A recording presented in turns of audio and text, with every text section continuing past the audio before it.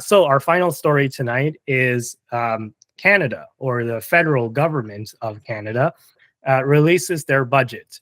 And I just kind of want to, you know, preempt this story a bit and provide some context as to the backdrop as to when exactly in terms of point in time where this budget was dropped, and like what state the country is in when this budget was dropped, so that maybe audience members who are watching from other countries or are watching from a point of time in the future can maybe appreciate this story a little better, right? So I begin by telling you guys about this Equifax report that just came out that says that half of Canadians are living paycheck to paycheck, right? So basically, that's exactly what it sounds like, right?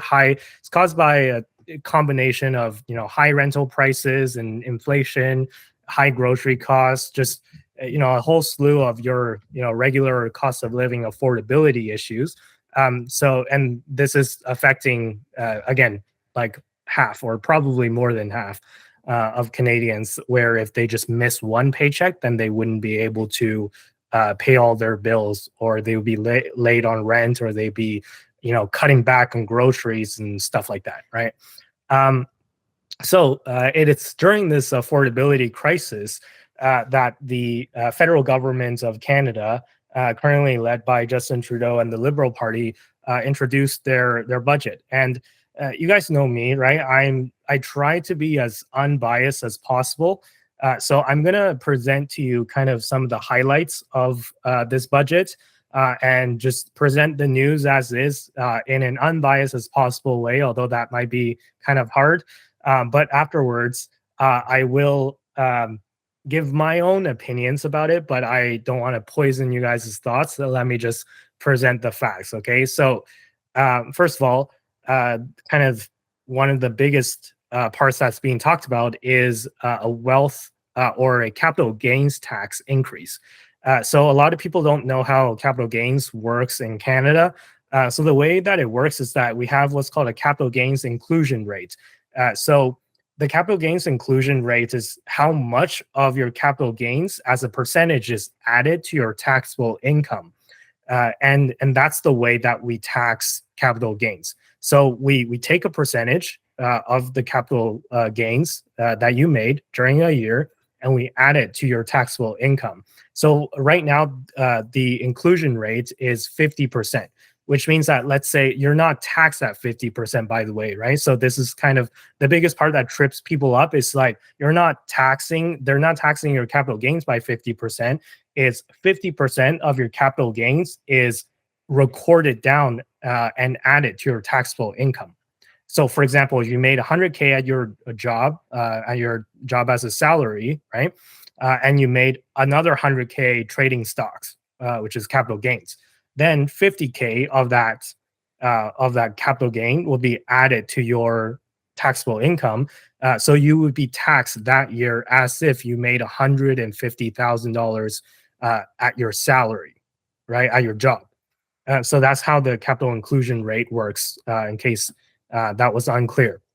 But what the Liberals are suggesting is that they want to increase the capital gains inclusion rate from 1/2 to 2/3, so from 50% to 66.66% for individuals with more than $250,000 of capital gains in a year. So I need some maybe clarification on this. So if you're an audience member watching, maybe you can put this down below. I believe it's just for the portion that's above 250K that's going to be at the new 66% capital gains inclusion rate, and not the whole amount.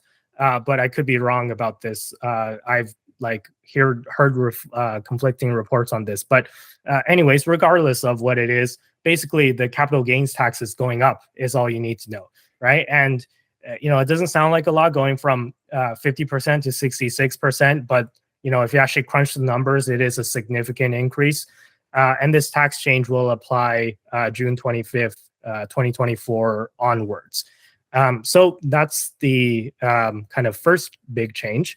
And the second kind of issue that I wanted to highlight. Well, people say it's an issue, and I think it's an issue, but apparently the federal government doesn't think it's an issue. But it's just their projected federal budgetary balance, right? So how much deficit or surplus they're running, and spoiler, they're not planning on running a surplus anytime soon. So if you look at the budgetary balance, they're projected to run a $40 billion deficit in 2024, and then end 2025, and then they're gonna go from that to a $20 billion deficit in 2028 to 2029. So they're continually gonna do deficit spending, right, by their own projections. And these are projections, by the way, right? So as you can see, in the height of the pandemic, we did a bunch of deficit spending, but maybe there's debate on how much of that was necessary. But right now, after in the post-pandemic world, we're still deficit spending, right? And we're deficit spending, and we're increasing taxes. So again, understandably, that's made some people angry, but that's what the budget says, right? And moving on, if we're spending on, if we're deficit spending, what are we spending on, right? So the next kind of one of the big portions that the federal government, the liberals, are kind of championing are AI spending, right? So Canada's planning on spending $2 billion over 5 years to launch new AI compute access fund.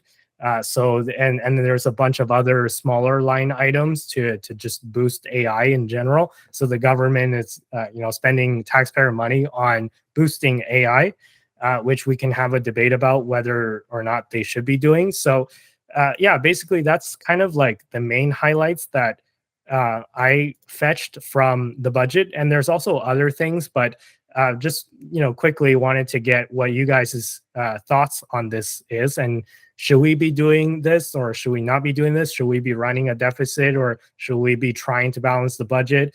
Or should we be trying to raise the capital gains tax, or not? Right? Like, just take it away.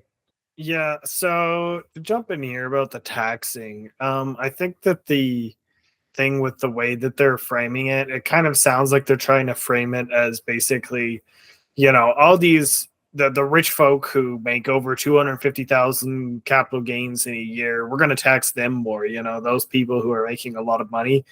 But I think one big factor that we're not really taking into account is the fact that anyone who is selling a house that is, appreciated significantly, that is something that is representing a large asset that may be generating you $250,000 a year in terms of capital gains, that now you're getting taxed on at a higher rate, a substantially higher rate, in which case, there will be some people who opt not to sell some property because of that factor. Now, I mean, to be clear, that doesn't affect your principal residence, because your principal residence can be sold tax-free, but it would affect any additional residences, either rentals or anything to that effect. So in that regard, you may see that more houses that are rentals are, not sold as frequently, in which case they may stay as rentals rather than returning to the housing market. So I think, based on my understanding of this, it's definitely something that's going to affect mostly just the wealthier folks on the whole. Well, the big factor of the people who are selling houses that have gained substantial amounts of money would also represent an area where they are being, hit. And I mean, that also goes for like any like if someone has a cottage or something to that effect that they bought and is appreciated. That is another example of something else that could be that would be hit with that charge, since the only thing that's covered is your principal residence with the tax freeness. So it's definitely something that's targeted at the richer folks, and I think a big factor that they aren't really taking into account is those are the folks that are most likely to be able to take their money elsewhere and avoid the tax, in which case they may just do so. In which case, maybe they would have been willing on a lower percentage, and now they are no longer willing to. Um, it's tough to say how much of an impact this will actually happen. I feel like the primary amount of tax gains that are going to be got for the government are going to be coming from house sales, though, more than anything, because I don't think there's that many individuals who are taking substantial capital gains all the time that would be over $250,000 a year, right? So that's kind of to talk about that one. And the government and its love for deficits. The government has been the Canadian government has been outputting deficits for many years, several years, and they are definitely not slowing down. And I think that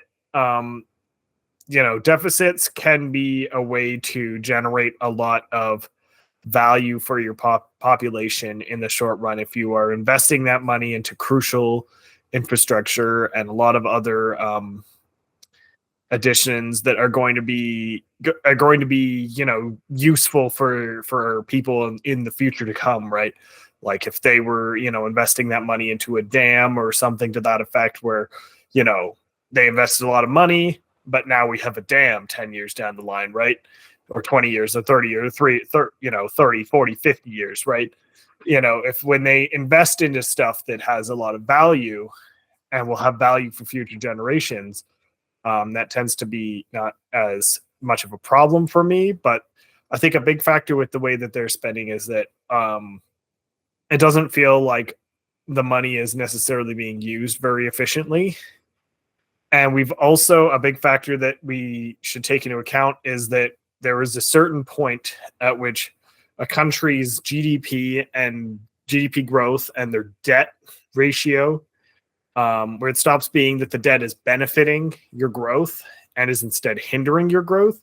And we are basically above that point at this stage already, which basically means that the interest on servicing our debt has now become more of a hindrance than the additional gains we're getting from the debt by having access to the money now. And the fact that they're projecting on all of these additional deficits means that there's no, I don't see that rekindling back to something that is more, where we have a lower debt to GDP, because at the same time, I don't see the Canadian economy growing substantially alongside this debt, which would, make the debt being substantial less of a problem, right? If the Canadian economy was growing substantially. So if we're both stagnating and we're both increasing our debt, it's a twofold. We're going to be having we're going to be hindered by our current debt. We're going to be putting more debt on top of there, and at the same time, our GDP, our economy is not growing, and so that ratio is not going to ever get better. It's only ever going to get worse. And I don't see the government, the Canadian government, the Liberal government being very concerned about that. And then just to finish it off with the AI stuff, I don't really understand why the government needs to be super involved in AI. I don't know what the exact purpose of an AI compute access fund would be. Again, I mean, maybe this is something that I should look into more in detail to understand what exactly this money is being spent on. But from my understanding, most of the stuff in the list that they provided are kind of like, I don't know if it's necessarily the government's place to be funding all of this AI stuff. I think that tends to be more of a taxpayer money. I think would be more better spent on, some infrastructure or that kind of stuff investments rather than, you know, spending the money on AI stuff in a world where AI is such a buzzword and such a major thing that pretty much you put AI in anything and you'll get investment in it, right? So I don't really understand why the government is getting involved in the whole AI thing. Anyway, I'll check it back to you guys. Yeah, let me throw it to you, Dom. Yo, thanks, Tristan. That like helped me a lot with my answer here. So I don't think I'm like extremely knowledgeable specifically in this matter, but of course I'm gonna try my best. So first and foremost, in regards to like capital gains tax and taxing over 250K, um, like possibly it could be a play, but I think the biggest mistake is that people who are getting $250 in capital gains probably know like quite a bit of loopholes. So how much taxpayer money would you actually get to the government? Like I don't know if that's necessarily the play if they're trying to like get more money out of the higher income people. And I guess to what Tristan said too as well, it's like kind of feel sorry for those people that just appreciated a lot of value on their like properties, like just because of like the housing market, and then they decide to sell, and then getting taxed more is kind of rough because these like middle class income people are already having a tough time, and then more taxes makes it a lot harder for everyone else. And to go down to the next part, I'm not really knowledgeable in regards to the budget, but I will say that um, from my understanding, I know like the Canadian GDP is like extremely bad in the last like decade, like half a decade or so. So um, for this method to work, I'm not entirely sure, but I hope in a perfect world our GDP can regain our former glory and not be as bad as it is now. So fingers crossed for that. And then in the AI aspect too as well, it's cool. I guess like yeah, what Tristan was saying, buzzwords are definitely a thing. Like AI is AI, Google, whatever. But some I think it would be also be good for some diversification maybe into other like areas or whatever. But I think the AI play isn't the worst idea. Just looking at my screen over here. But yeah, I'll just say that. Okay, so here are my thoughts, right? I actually posted a long X post or Twitter post, whatever you like to call it, about this, but I'm not going to go through like every single thread or every single post just because it's kind of long, but I'm just going to kind of scroll through it and maybe summarize what my initial thoughts were, right? So, first of all, the capital gains one, where I feel like the liberals were touting that this new capital gains tax was only going to affect the wealthiest 0.13% of Canadians. And they were kind of touting that as a win. It's like, it won't affect the vast majority of you. But the cynical part of me kind of thinks that this is just like, they kind of are implying that they only consider 0.13% of us to be rich, which is kind of a problem, right? Like that means that the vast majority of us are poor. That means that if they try to tax, they're implying that if they try to tax the other 99.87% of us, that like people will be too up in arms, right? So like we have a bunch of people like already concentrated at the top, and like uh the liberals are like kind of only willing to target the very very small minority that are at the like very top because the rest of us are poor. Like this is just kind of the maybe it's a cynical interpretation, but this just means that we're essentially a nation of wage slaves that has been created by just bad economic policy, in my opinion. But yeah, that's just my thoughts around this. And the whole like raising capital gains tax thing, I think we really shouldn't be doing that because this is essentially just a punishment. It's just punishing success, right? So it's like the government doesn't like the government won't bail you out if you like gambled all your money and then you lost it, right? Of course, I guess you can write it off, but then like you're never like it's going to take you a long time to like make that money back, and like your losses like are not really covered, right? But then like when you win, the government takes part of your winnings, and then they demand ever increasing bigger portions of your earnings. So we're kind of we're disincentivizing winning, and then we're kind of just not like not discouraging failing, right? So this is kind of the crux of the issue that I'm kind of concerned about. So that's the first part, and then the second part is that um, yeah, this deficit thing. So this is by their own projections, right? Like this whole pathway that we're gonna keep on deficit spending, it's by the liberals' own projections. And as we can see with the pandemic, things happen, right? So like you get hit with uncertain events. Even if we don't get hit by another pandemic, there's always going to be something that comes up, right? So by their own projections, we're still going to be running a deficit by 2029. And I don't know about you, but I'm not prepared to give the liberals another 4 to 5 years just for them to run another 4 to 5 years of deficits and trying to let them figure it out, right? And I think that it just goes to show how the liberals are definitely not committed to balancing the books essentially ever, right? Like even if you reelect them, they're not going to balance the books. And uh, for the average voter, I think the average voter doesn't have enough understanding of what it means to balance the books, and they just don't have the economic kind of knowledge to know really what this implies, right? So when you increase the deficit, or when you deficit spend, you're basically borrowing money and spending it now. So you're taking money that you would earn in the future and you're spending it now. So that money either has to be paid in the form of raising taxes, right? So they've raised the carbon tax, they're raising the capital gains tax, and who knows what other tax they're going to raise in the future, or they're just going to print the money and spend it, which causes inflation, right?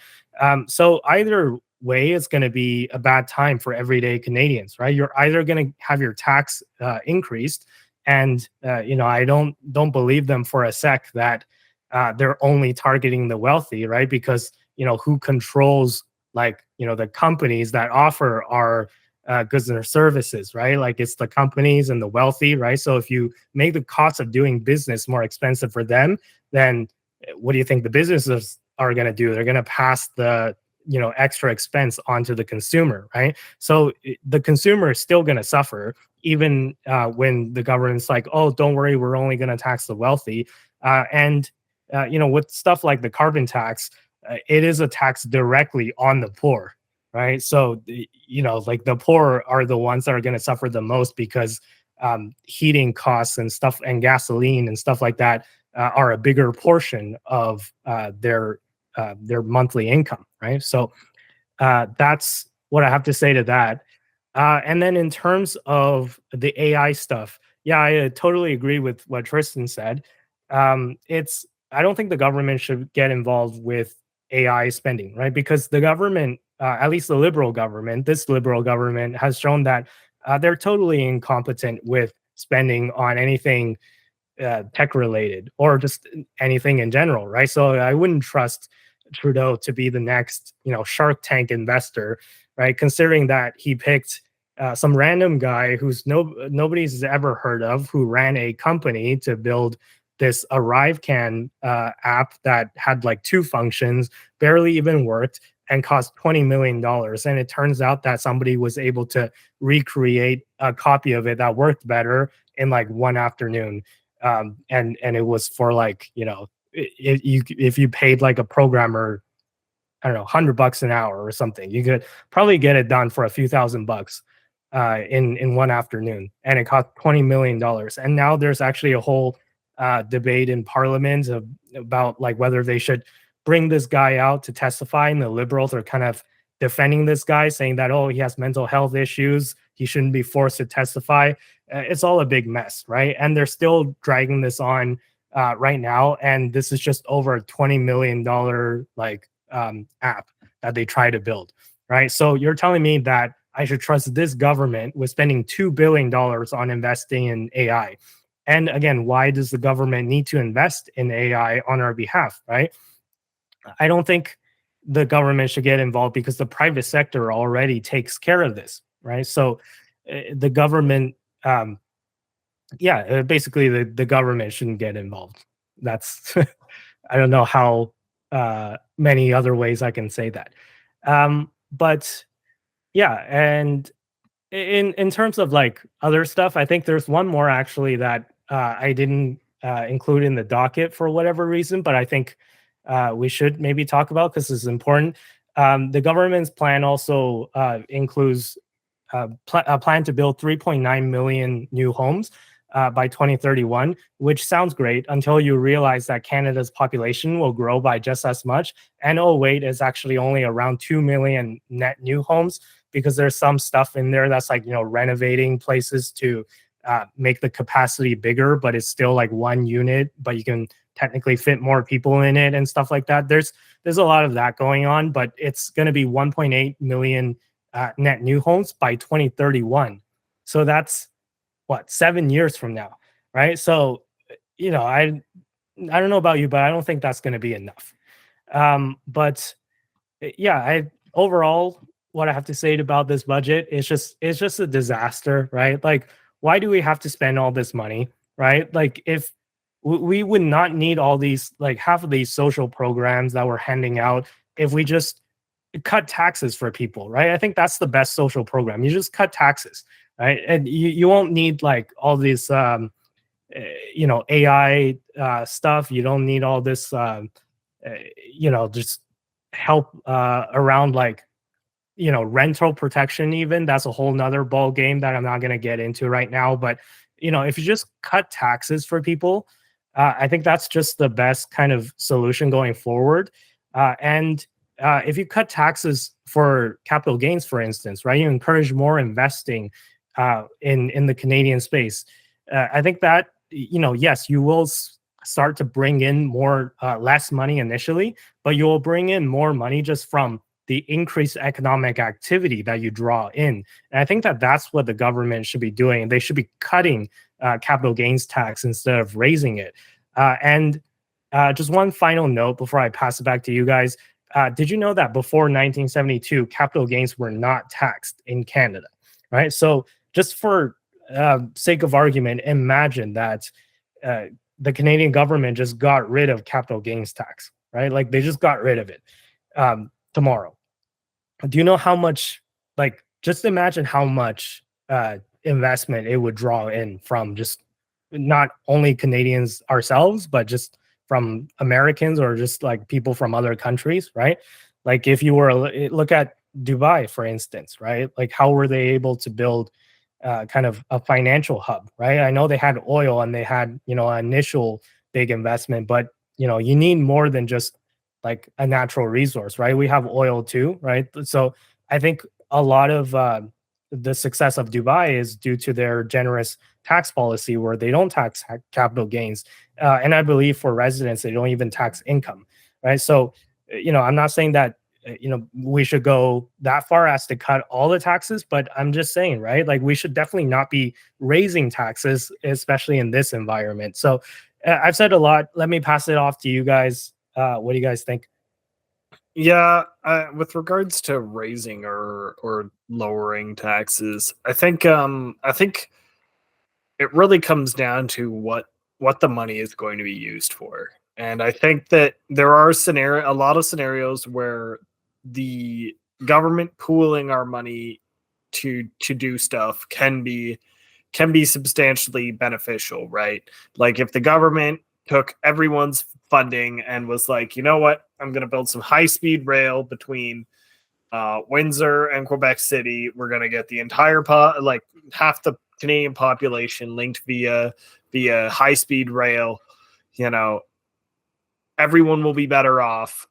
That's like an example of something where the government has an area where they can provide a lot of value because of the fact that the cost to build that for a private entity is is substantial. So, and there may be some scenarios where having a private entity controlling something as crucial a piece of infrastructure as that is detrimental to the people. So scenarios where the government is spending the money on something like that, it's a lot more understandable, in my opinion. But I think that it gets a lot harder to feel comfortable with high taxes when you feel like the taxes money is not being spent on things that are providing you value. And I think that that's one of the big issues with the way the current tax policy is that they're spending a lot of money, and yet I don't think anyone is going, wow, I'm seeing the results of my tax dollar. That's my tax dollars going to work and making stuff better.